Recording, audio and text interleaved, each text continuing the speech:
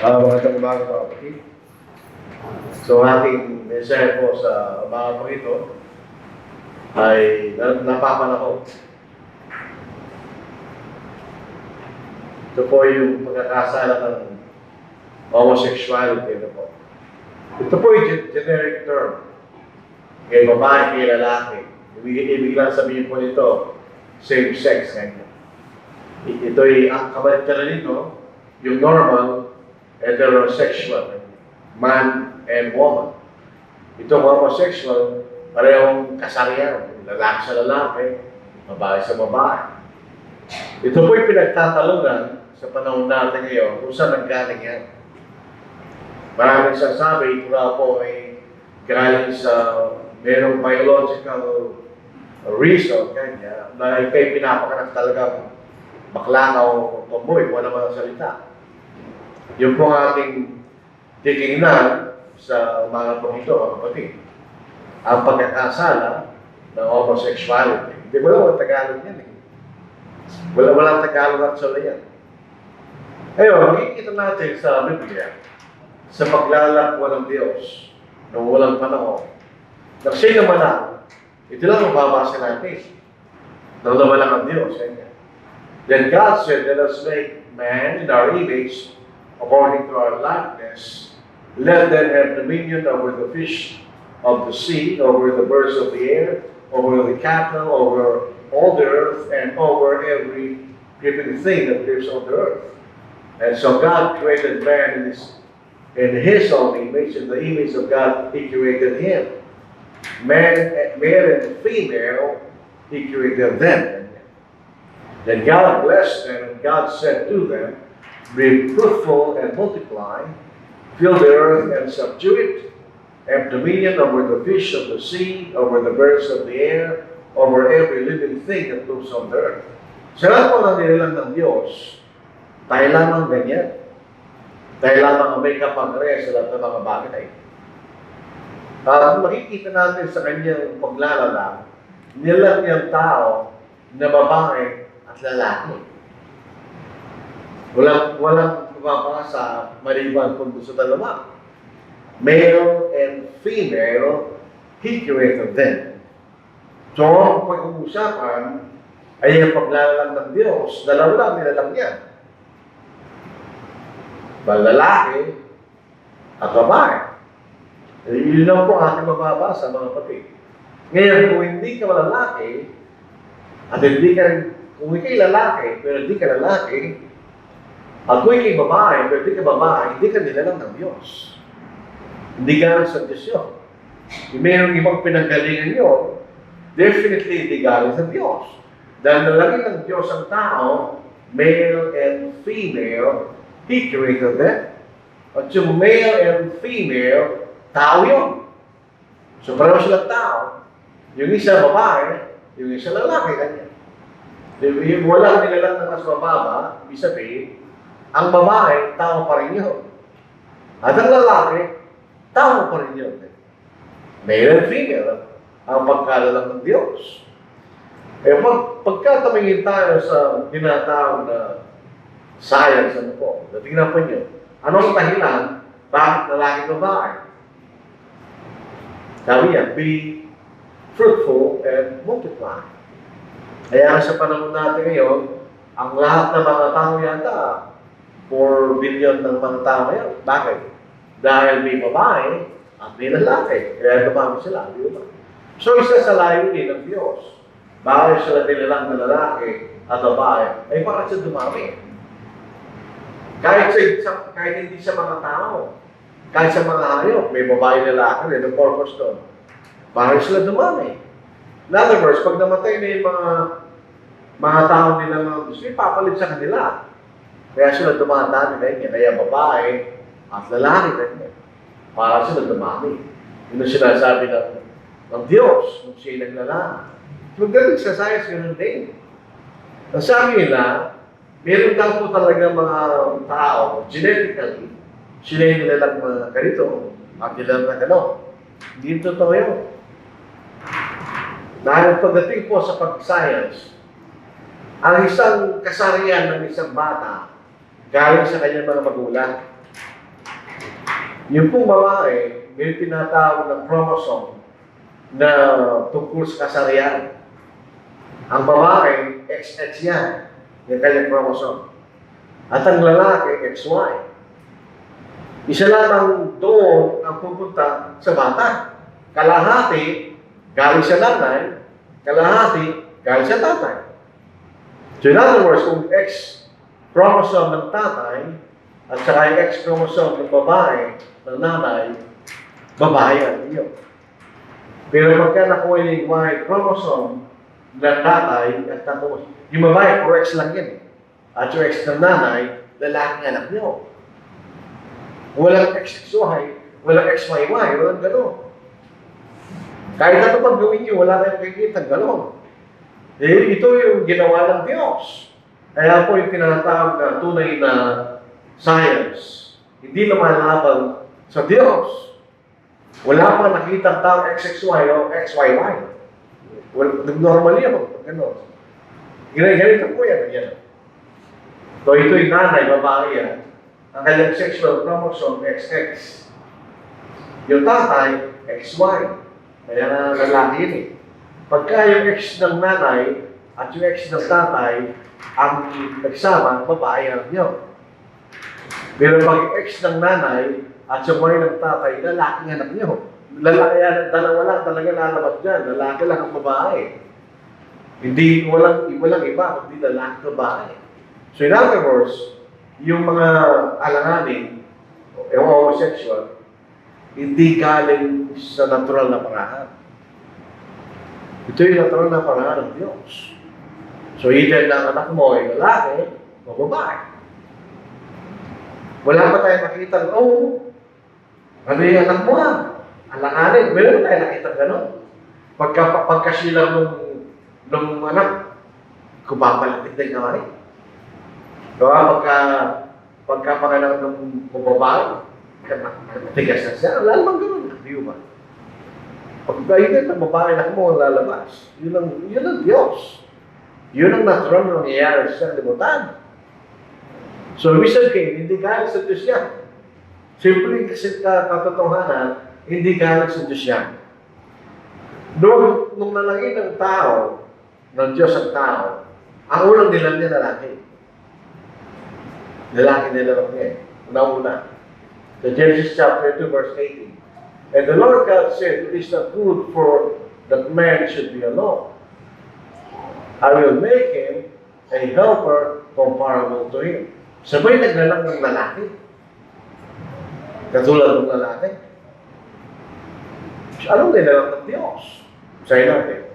And the Lord God caused a deep sleep to fall on Adam, and he slept. And he took one of his ribs and closed up the flesh in its place. Then the rib which the Lord God had taken from man, he made it into a woman. Minsan, tinitinda mo yung tayo mo, ulang. Hindi naman ulang. Si Adam lang yun. Kinawala isa. So si Adam, laban isa lang yung tagyan niya. Dahil inalis ng Diyos yung isa, ginawa na niya. And he brought her to the man. And Adam said, this is now bone of my bones and flesh of my flesh. He shall be called a woman because she was taken out of man. Therefore a man shall leave his father and mother and be joined to his wife, and they shall become one flesh. So nung nagkailangan ng kasama ang lalaki, ano bang nilalong ng Diyos ang kasama niya? Naglalang din ba siya ng kapwa-lalaki niya o babae? Ang nilalong sa babae, di ba? So ang natural na kasama ng isang lalaki ay babae. At ang natural na kasama ng babae ay lalaki. Ayon sa Diyos. Kung pinag-uusapan natin ng Diyos, yun ang mapapasa natin sa Biblia. So sabi-sabi, sa larangan ng pag-aasawa, ang magiging asawa ng lalaki ay babae. At ang magiging asawa ng babae ay lalaki. Na natin mababasa ang ibang paraan. Kung ang Biblia ang ating pinag-uusapan, yun ang makikita natin. Ang lalaki, kawagis, katulad ng lalaki, babae. At ang babae ay kasama ng lalaki kanya. So yun makikita natin, kasi kuha ng kamukha niyang lalaki. Gumawa siya ng iba.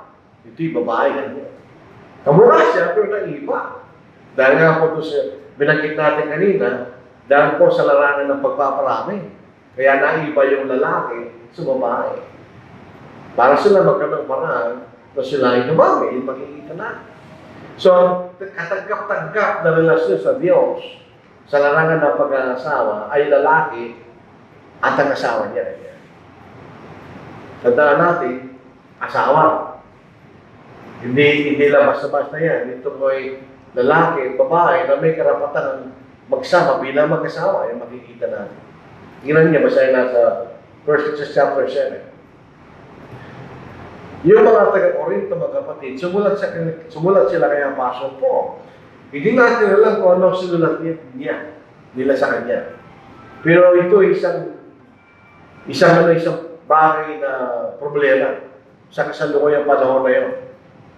Now, concerning the things of which you wrote to me, it is good for a man not to touch a woman. So, yung may isang pagkakataon sa panahon na yun na hindi maganda na mag-asawa. Kung ano naman yun, hindi naman sinabi ni Pablo. Pero sabi niya, nevertheless, because of sexual immorality, ito po yung relasyon sexual na hindi nararapat sa labas ng pag-aasawa, in other words, that each man have his own wife. Ngayon, hindi sila let each man have his own husband. Nagsabi niya, wife, babae yun eh. And let each woman, babae, have her own husband, lalaki yun. Let the husband render to his wife the affection due her, and likewise also the wife to her husband. The wife doesn't have authority over her own body, but the husband does. And likewise the husband doesn't have authority over his own body, but the wife does. So ipakita natin, yung problema na yun kanya, sa nasunod siya sa akin, mas maganda mag-asawa kayo. Pero natin, sabi ni Pablo, nangyayari ito. So para hindi niya magawa yung kanya, mag-asawa kayo. Pero kung maging asawa mo, ay hindi, kung lalaki ka babae. Kung babae ka lalaki, hindi lalaki, babae, wala sinasabi gano'n. So kung pagka lalaki, babae, alam natin, hindi kalooban ng Diyos yun. Ang kalooban ng Diyos, lalaki, babae, lalaki. Binata, dalaga. Byudo, byuda. Nakita natin. Binata, byuda. Byudo, dalaga. Yun makikita natin. Dapat doon, bawal na yun. Hindi ka pwede sumama sa may asawa. Kasalanan po yun, ay sa Biblia. So yun, makikita natin. Yun ang sinasabi ng Diyos. So, saan naggaling yan? Definitely hindi galing sa Diyos. Hindi ka naman ng Diyos yan. Wala tayong mababasag naman sa Biblia. Palagi lalaki, babae, lalaki. Yun ang galing sa Diyos. Pero yung lalaki, babae, definitely hindi galing sa Diyos yan. Bakit? So, Romans chapter 1 verse 3, saan galing yan? Yun ay galing sa kasalanan ng tao. Galing sa kalikuan ng kanyang kaisipan. Dito po sa Romans chapter 1, sa pag-aralan po natin ito, sa mga Gentiles, sila po'y nagmamagaling. Sila nagmagmag niya. Bakit na bang ginawa nila? And they changed the glory of the incorruptible God, ito nila Diyos, into an image made like corruptible men, and birds, and four-footed animals, and creeping things. So, nung ginawa ng mga tao noon, pinalitan nila ang larawan ng Diyos sa larawan ng nilalang ng Diyos. So, nagmamaramam sila na actually sila yung magmamay. Therefore, God also gave them up to uncleanness. Ito ang gagawin sa atin ng Diyos. Pag tayo pasaway, papabayaan tayo ng Diyos. Sabi na, ayaw niyo ang aking saway, bahala kayo. Ayaw niyo ako sabayin kanya, bahala kayo kanya. So, din yung kalooban na yung kaisipan, sabi ng Diyos sa kanila. So, ano nangyari sa kanila? Pag inalis natin ng Diyos sa ating buhay, ang papalit dyan ay masama. Tingnan niyo na nangyari. Therefore, God also gave them up to uncleanness in the lust of their hearts, to dishonor their bodies about themselves, to exchange the truth of God for the lie, and worship and serve the creature rather than the Creator, who is blessed forever. Amen. For this reason, God gave them up to vile passions. So ito yung mga pagdanasang masama. Tayo rin binigyan ng pagdanasa ng Diyos sa atin. Totoo yun. Meron tayong pagdanasa kumain. Walang masama doon. May pagdanasa patulog, magpahinga. Walang masama doon. May pagdanasa kumain. Walang masama doon. At binigyan tayo ng pagdanasa sexual. Wala yung masama doon. Puti nga sa larangan ng pagkakasama. Ano nangyari? Sino nagsimula? Sino nagsimula? Yung babae. Binyo. Or even their women exchange the natural use for what is against nature. Yung babae nagsimula, di ba? Yung babae, nasa sila sa kapwa babae. Ano sabi? Against nature. Tapos, likewise also the men living the natural use of the woman, burning their lust for one another. Men with men committing what is shameful, and receiving in themselves the penalty of their error, which was due. So pag kanina, yun dulot na kailang katigasan ng ulo kanya. Ayaw na kanya sumunod sa akin, bahala na yun. Yun nangyari sa kanila. So saan galing yan? Hindi galing sa Diyos. Ito'y galing sa tao. Ito'y galing sa likong kaisipan ng tao, hindi galing sa Diyos. So sasabihin natin, itong tao ganito, na bakla, tomboy, ay mabuting tao. Hindi sila mabuting tao. Sila yung lumalabag sa kalooban ng Diyos. Parang naging mabuti yun. O siguro mabait sila, wala tayong pakialam doon. Pero yung ginagawa nila ay laban sa kalooban ng Diyos. Parang naging mabuti yun. Ang mabuti, sumusunod sa kalooban ng Diyos. Di ba? So dahil sa katikasan ng ulo nila, pinarusahan sila ng Diyos. Pinabayaan sila ng Diyos. Katulad ni Adam at saka si Eva, nagkasala sila, pinabayaan sila ng Diyos. Pag matigas sa ulo natin, mababayaan tayo ng Diyos. So yun ang makikita natin. Kung wala ng pagkapatid, sabihin mo yan. So Genesis chapter 19, 5 to 8. Prior to this, wala tayong mababasa. Ano ito? Sa Sodom at Gomorrah. Now there, 19:5 to 8. Now before they lay down, the men of the city, the men of Sodom, both old and young, again, lahat. All the people from every quarter surrounded the house. And they called to Lot and said to him, "Where are the men who came to you tonight?" Wala namang magiging sama doon, di ba? "Bring them out to us, but that we may know them carnally." Doon po sa ito salita carnally. Ito po yung nakahiga. So wala sa Biblia actually. Dinagdag lang ng nagsalin, pero ito'y tama pagkadagdag.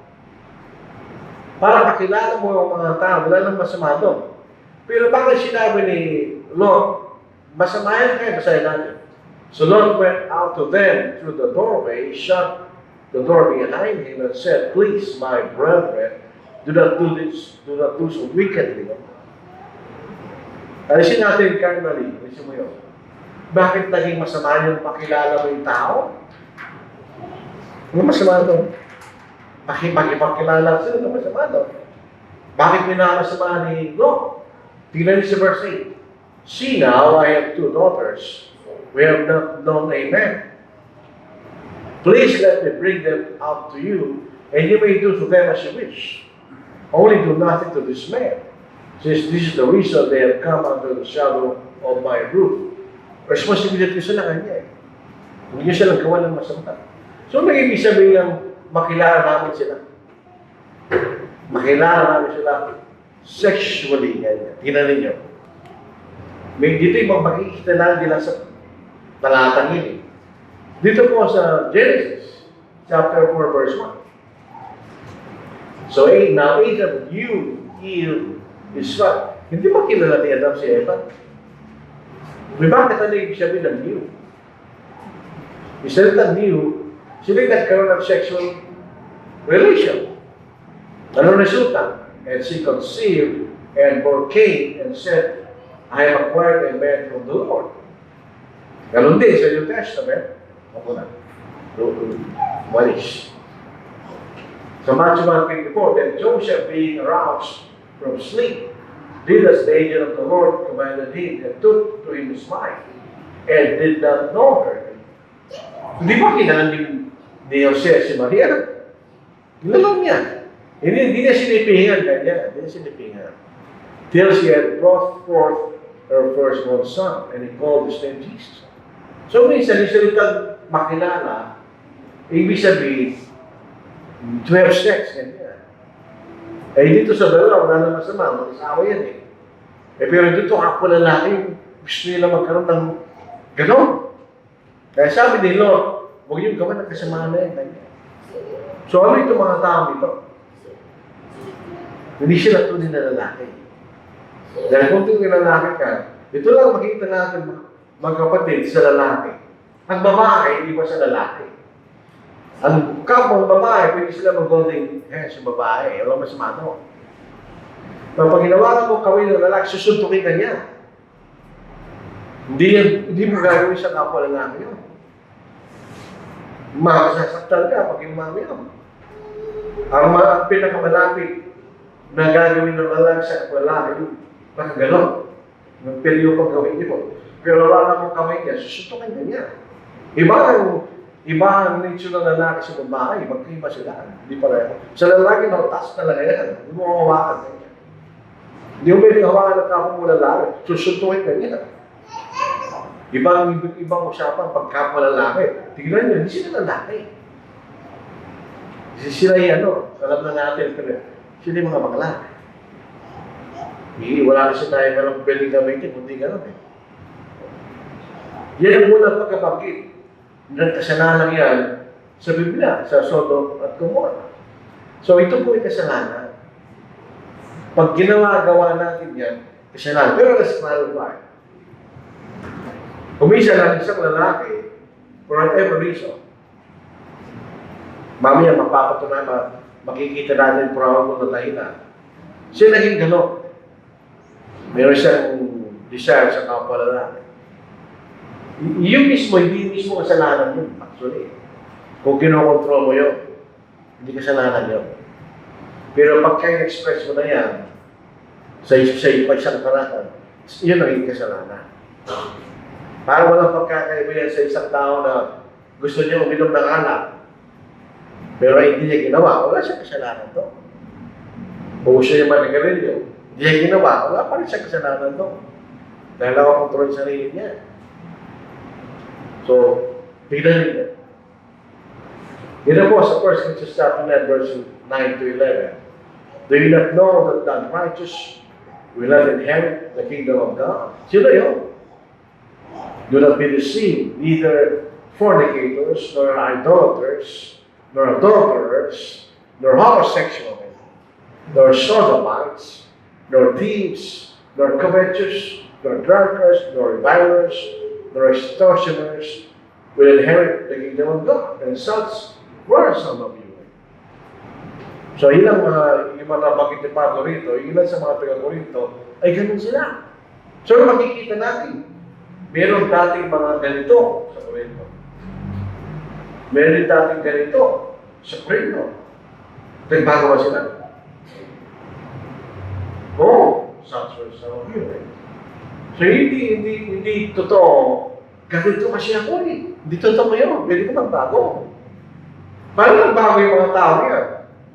Binago siya ng ipagaylo ng Panginoon. Pero kung ganito ka, pag ganyan ka, maliligtas ka ba? Hindi. In other words, ang ganito ay kasalanan. Pag ginagawa mo yan, pinapractice mo, hindi ka mapasok sa karin ng Diyos. Tapos paano natin sasabihin na mabuting bagay yan? Hindi ka makakapasok sa karin ng Diyos. So yun isang bagay na masama sa paningin ng Diyos.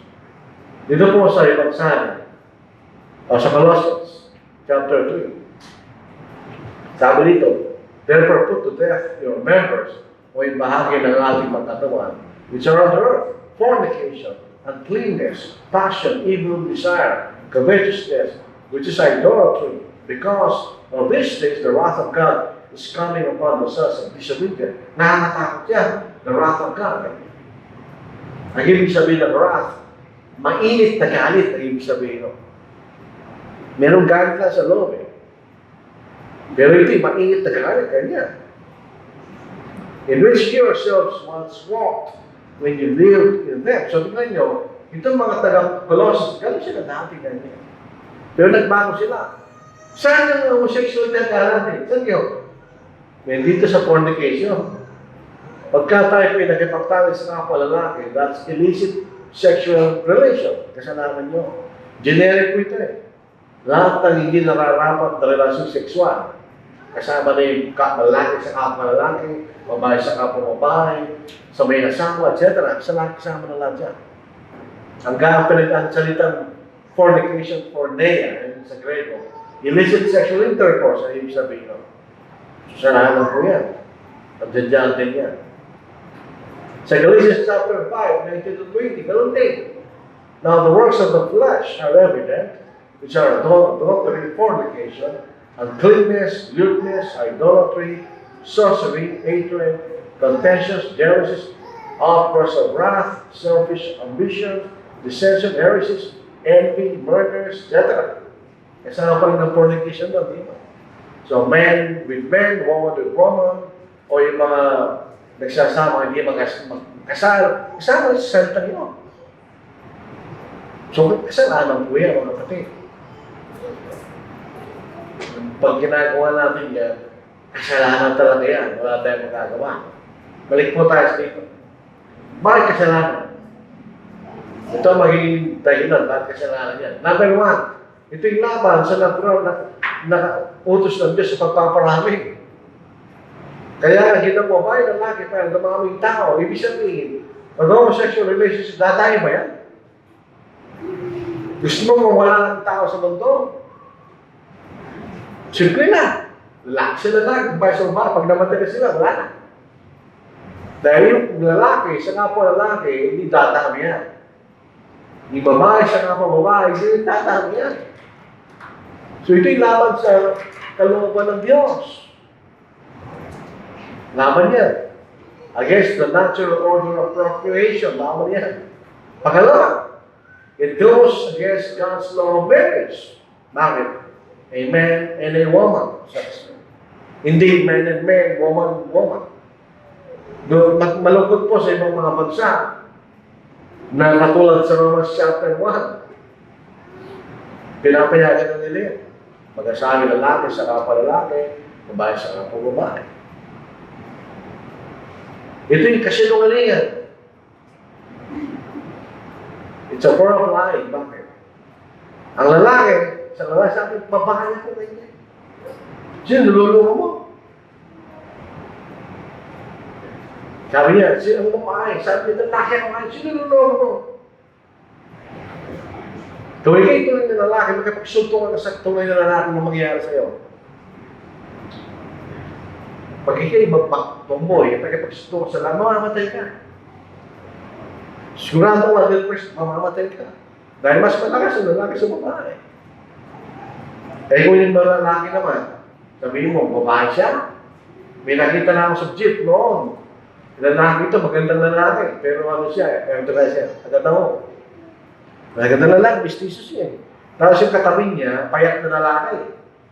Kausap niya yung kapwa niya lalaki, sabi niya, sayang ito, baklaan niya. Dahil yung sinasabi na, ano gusto mo? Sutungan ka niya. Lalaki ha. Laki ng katawan eh. Hindi ba kasi naman nila nyo? Pero bakit ganun ang boss niya kanya? Eh, pinapractice niya yun. Subukan nyo. Practice niyo yung lihitin yung boses niyo, hindi niyo magagawa. Hindi siya pagsisinungaling yun. Hindi ka, kung lalaki ka, babae ka. Hindi pwede yung babae ako ngayon. Pero pag nabigla mo, sino bakla? Nakita rin ko yun eh. Sabi, susuntok tayo ngayon ng bakla sinasabi ka. Eh, hindi siya babae, lalaki siya. Pero kung kaya naman ay tomboy, Makipagsuntong ka sa lalaki, di ka mamamatay. Baka ilang suntok ka lang, kumaka na. Mas mataka sa lalaki sa babae. Ang homosexual relationship is fornication. Hindi ito nararapat na sexual relationship.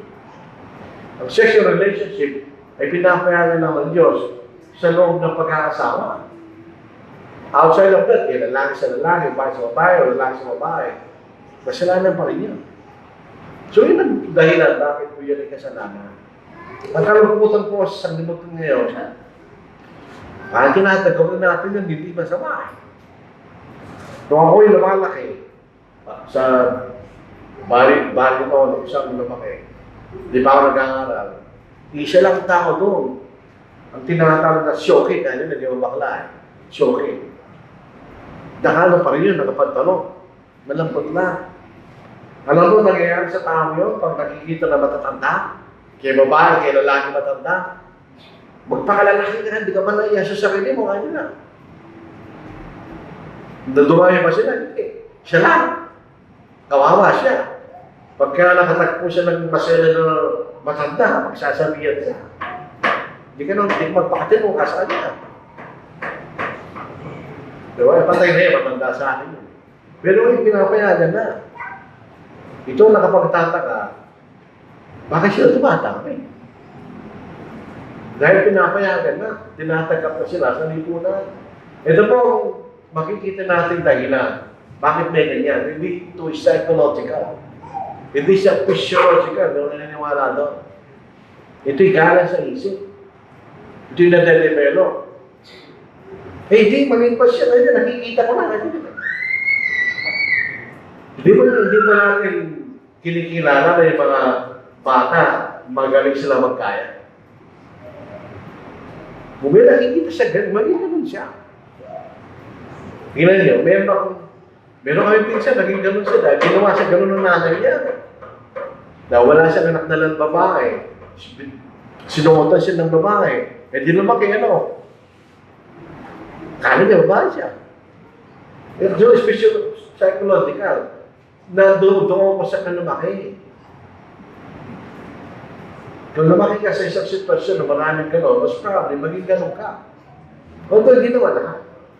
Kasi meron tayong choice sa ating sarili. Meron kang control sa iyong kaisipan. Hindi naman tayo robot. Kumisan, pinapakanak na talaga tayo na lalaki ng bahay. Totoo yun. Pero yung kaisipan ng isang tao, meron ko sa lumaki. Kung anong pinaniniwalaan nila doon sa lugar na kung saan lumaki. Mag-experiment kayo. Magbigay kayo ng bata na yung tatay at nanay, parehong lalaki. Anong mangyayari sa bata? Katulad ng dalawa. Kaya mo naman yun. Pag siya ka lumaki. Sabi po ng nagsulat na ito, may mga kultura na walang halos na mga homosexual, wala. At sa mga kultura niya, walang salita tungkol sa bagay na yun. Bakit? Na walang ganun eh. So ito yung nangyayari sa kung saan ka lumaki. O yung pamilya kung saan ka lumaki. Kung ito po, mag-ingat po tayo sa mag-asawa. Kapag ka ang babae, ang nanay, masyadong superior ang ugali, at meron isang anak na lalaki, nakikita niya, at kawawa yung tatay niya, ayaw na maging lalaki. Bakit? Kawawa ka pag naging lalaki, gagalunin ka. Ayaw mo bakit niya. Magiging paklayan. O kaya naman, yung tatay niya, may hilang klase. O titignan niya ng lalaki, ay masyamang maging lalaki. Inaanggal ka lang. Huwag na, magiging pili niya maging lalaki, babae. Kahit lalaki siya. O no, bibito ko, di bakla. Sabi rin po, sa mga tomboy naman, hindi lang magandang relasyon sa nanay niya. Ay, hindi ko gusto yung gano'n ang relasyon sa akin ng nanay. Mag-ahanap sa ibang babae. Ito po yung pinag-aaralan ng mga tao. Limbawa, ito yung paniniwala Elizabeth Bomber, na dahilan sa mga, lalo sa babae. Kung tatay mo, hindi ka niya mahal kanya. Mag-ahanap ka ibang lalaki o mahal sa'yo. Kung kinanay ko, maghanap mo ng ibang babae, nagmamahal sa'yo, kanya. So ito, sa loob ng pamilya, may epekto yung babakla, lalaki. Kung normal yung nanay, tatay mo, lalabas siya. Ganun din po yung divorce. Ito'y komplikasyon ng divorce. Yung iba, nag-iwalay yung lalaki, babae. Yung lalaki, yung anak ng lalaki, napunta sa nanay niya. Wala siyang father figure, siya nagagayahin niya. Nanay niya. Eh, yung single parent, babae yung natira, lalaki yung anak niya. Meron akong nakita gano'n. Sabi ko sa kanila, tignan dati nga bakla ka. Eh, sino titignan na lalaki? Eh, titignan lang na nanay niya. Nung siya sa loob ng pamilya, o kaya yung pinanhan, pinalaki niya yung, alam niya gano'n, hindi naging gano'n. Wala kang magagawa paglaki niya. Pero siya nangyari yan, sa loob ng pamilya nila, di ba? Pangatlo, sa mga kaibigan, meron kaming kapitbahay nun na pintor siya, pintor. Ngayon, dahil magaling sa magpinta, naging extra siya sa isang pelikula ni Eddie Rodriguez. Dahil pintor ang labas ni Eddie Rodriguez nun. Pagka magpipinta na si Eddie Rodriguez, siya nagpipinta, kamay lang pakikita. Ang sabi niya sa amin, kaibigan ng tatay ko yun, nasabi niya, ang daming baklakan niya. Isang buwan ko silang kasama. Pagkaroon ng isang buwan, pumapalitit na yung kamay ko. Pumapalitit na rin kaya. So mag-ingat po tayo sa ating kasama. Sabi nga sa 1 Timothy verse 33, there will be deceived, bad company corrupts good morals. Kung lalaki kaibigan mo mga gano'n, most probably maging gano'n ka rin. O kaya, kung meron isang lalaki na lumalaki na gano'n, siyempre si pinagagalitan ng tatay niya, most probably. Pero meron siya magkakaroon ng kaibigan na gano'n. Ano gagawin niya? Hindi, walang masama niya. Babiyaw ang tatay mo, ano mangyari doon? Magpapatuloy siya sa ganong klaseng paglaki, hindi na gano'n. So yung peer pressure, malakas yan. Bakit yung mga kaklase ko noon, nagmapariwala sila? Peer pressure. Pag hindi mo ginawa, tingin siya yung mababang klase. May ganun din, yung mga nanginom ng alak, ano yan? Peer pressure. May ganun din yan, pagka makita natin. Tsaka yung moral environment, hindi po natin. Noong unang panahon, ito sinasabi ko, na tinutuloy nila yan bilang masama. Walang aros ganung tao. Ngayon, pag sinabi mo yan, magandalita ka ng lipunan, di ba? Discrimination yan, kasalanan yan, kanina. Ano nangyayari sa atin? Hindi dumaki. Kasi hindi na tinutuloy na normal yan. Alternative style na yan. Ikaw may lalaki babae, minating ganito, kaya na. May kasalanan din ng lipunan. Tinatagap na sila. Sumisikat sila, di ba? So hindi na kayo tingin nila dyan, masama. Oo, gano'n ka na, lumakayama pa kayo mga yan. So na-encourage sila na maging gano'n. Siyempre, personal choice. Number 5 pala yan. Tumili mo yun. Meron kami pinsan, ano po, sa father side. Minsan nag-gano'n siya, nagpakasyon sa gas dam, no? Sa bahay ng lola namin. Batang dito ko, ha? Hinahanap ko sarili ko, kanya. Kung anong problema mo? Hindi ko alam kung lalaki mo pa ako. Lalaki ka kamo sa kanya. Hindi ko alam, kanya. Ano nangyari? O ngayon, gano'n siya. Sinanggawan siya. Kasi inahanap yung sarili niya eh. Pinili niya maging gano'n.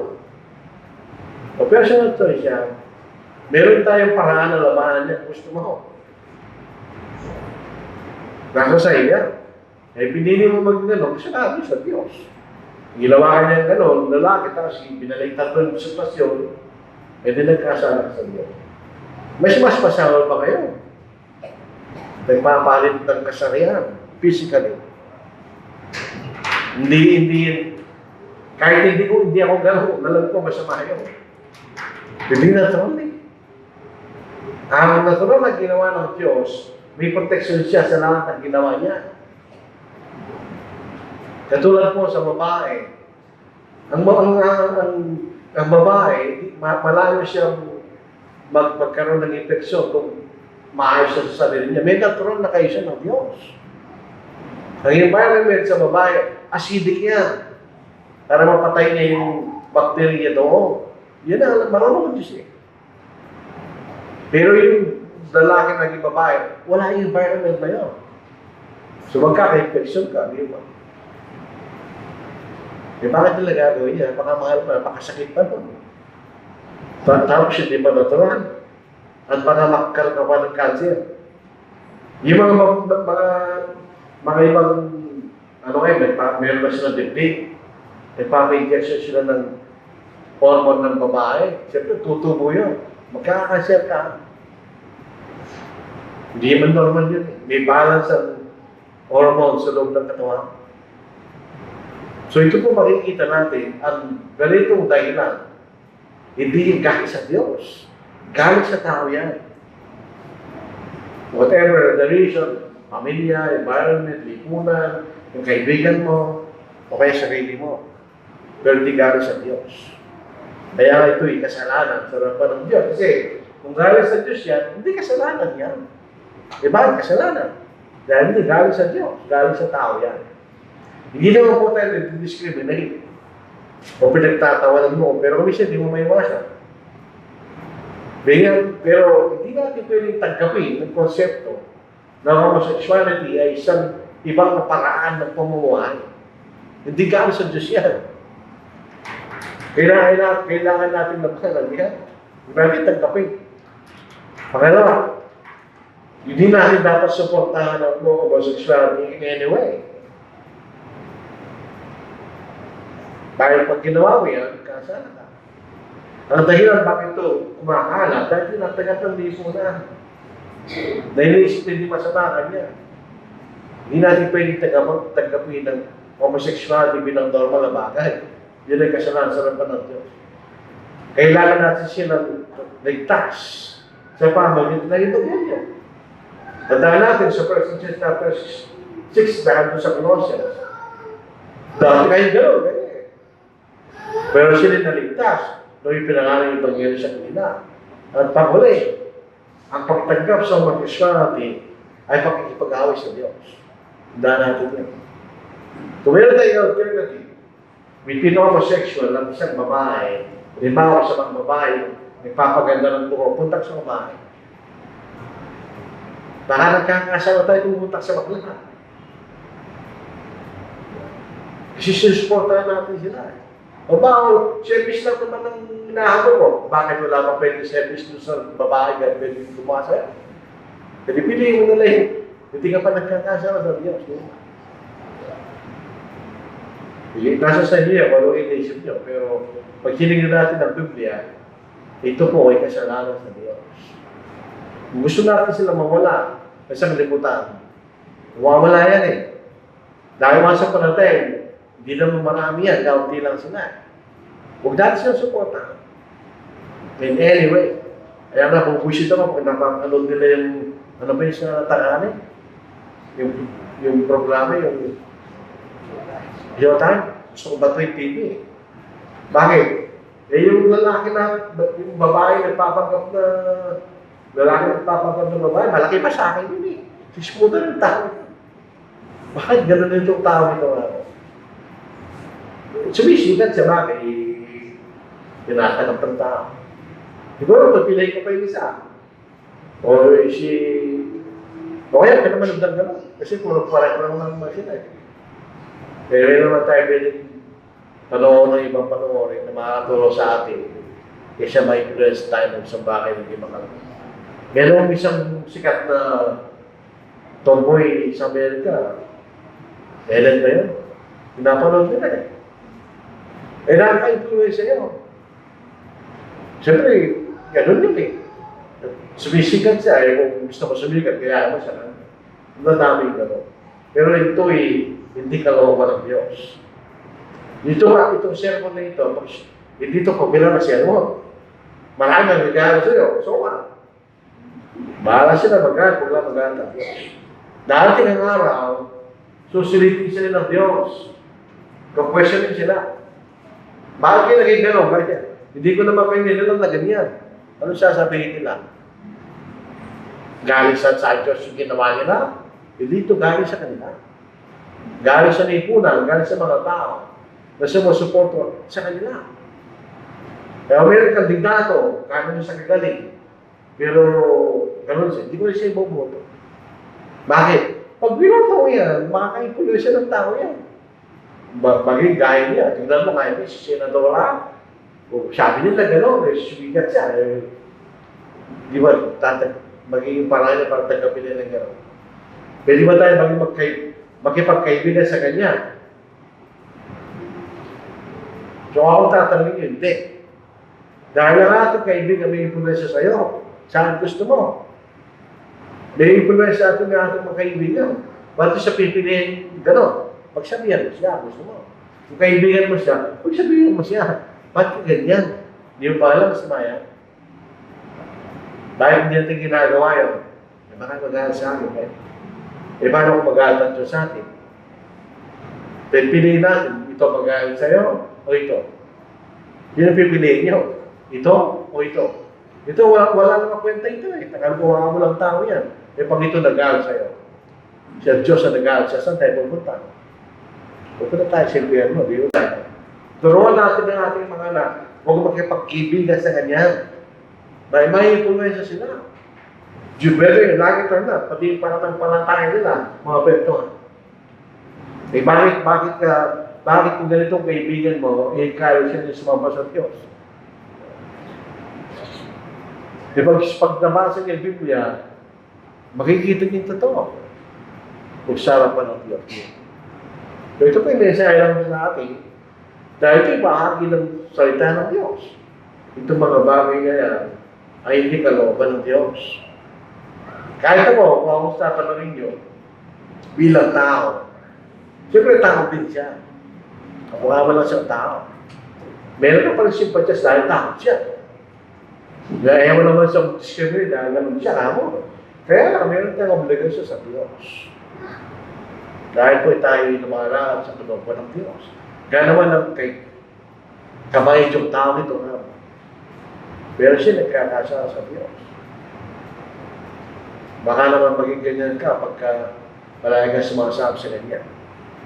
Pwede naman tayo magkipagkaibigan sa iba.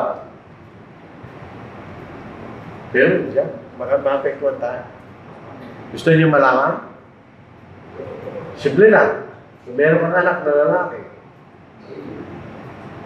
sabihin mo sa kanya, makipagkaibigan na sa mga bakla. Huwag ka magkipagkaibigan sa natin. Ano mangyayari sa anak mo? Pagdating ka araw, bakla na yan. E sino araw ang kasama niya? Bakit ganun gagawin mangyayari sa kanya? Magiging ganun din siya. Ay ito hindi kalooban ng Diyos. So ito po ang ating mensahe sa araw na ito. Kaya nakikita niyo, hindi maging madali, maging makanal. Kaya kailangan mo yung pangalan sa salita ng Diyos. Kahit ano po yung magiging kung ano, bahal yun ang kailangan rin pangalan ng totohan. So ibalik natin muna kay Brother Macho kung muna po sa magpapahal.